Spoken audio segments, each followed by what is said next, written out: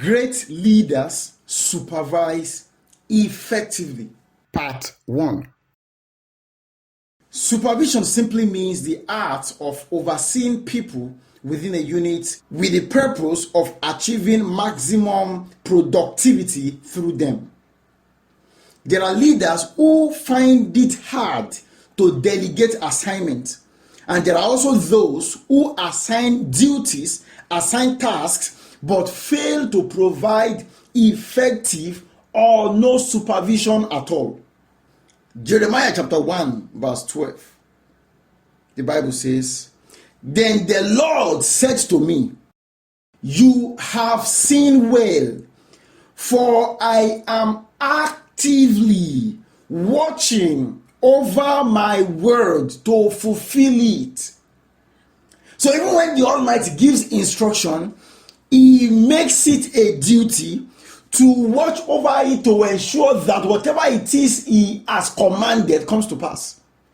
But some of us who are men will assign a task, give an instruction, and then you expect that, oh, because you are such a good leader, or because they are such good people, you just go away and go to sleep.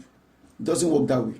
It is failure on the part of a leader for you to give an instruction or assign a responsibility and not follow it up to ensure that it is carried out. This is particularly important for those of you who are leaders of leaders. Delegation of responsibility requires that you first ensure that the delegate understands the task properly.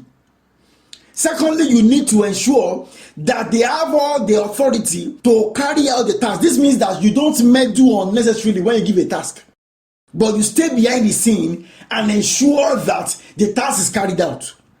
So you don't meddle without their permission, except of course, if there is an emergency. You must ensure that they respect that person you delegated as much as they respect you.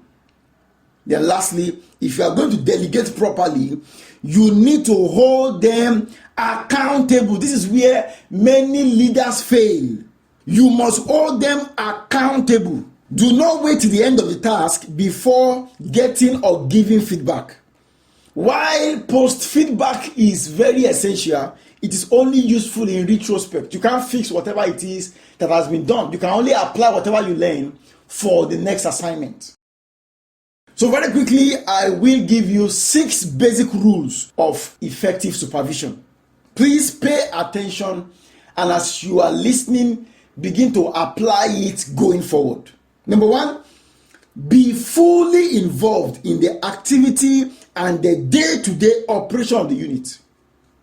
It means that you know each of your members, you know what is going on in their team, in their class, in their platoon, or whatever the case is. You need to know. You need to be aware of their strength, of their weakness. You need to know what is going on in all the corners of your sphere. Don't be the kind of leader that disappears for 3 days only to come back and then start shouting on people. No, it doesn't work that way. They must see that you are involved. Number 2, maintain effective communication within the unit. At the beginning of an edition, you should schedule a meeting to discuss new strategy, solicit support, ask them to help, share ideas, allow them to speak, familiarize, set them up, speak to them, pump them up, give a pep talk, renew passion, renew confidence. Ensure that all the leaders under you are on the same page with you. Ensure that they are ready. Ensure that they are available. Ensure everyone is carried along in such a meeting. Ask for suggestion. Clear grievances. If anybody is offended, maybe by the way you spoke to them in the last edition, maybe anything they did wrong, maybe how a fellow leader spoke to them, it's a time to clear grievances and start on a new level. It's a time when you also request new commitments. Such meetings can still come up maybe somewhere in the middle of the edition and then probably at the end of the edition. This will make you have a formidable team, a formidable squad, a formidable platoon. Number 3, establish achievable targets and stick to them. Ensure each member understands what is required. Communicate standards.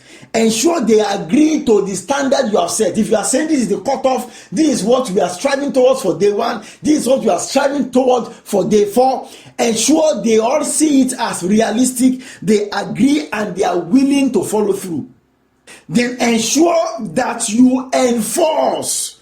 Don't just tell them standard and then you go to sleep. There is no rebuke for anyone that did not meet up. There is no encouragement to push them to get there. So you must also do the work of enforcing. Any instruction or standard that you set that you refuse to enforce will do your team more bad than good.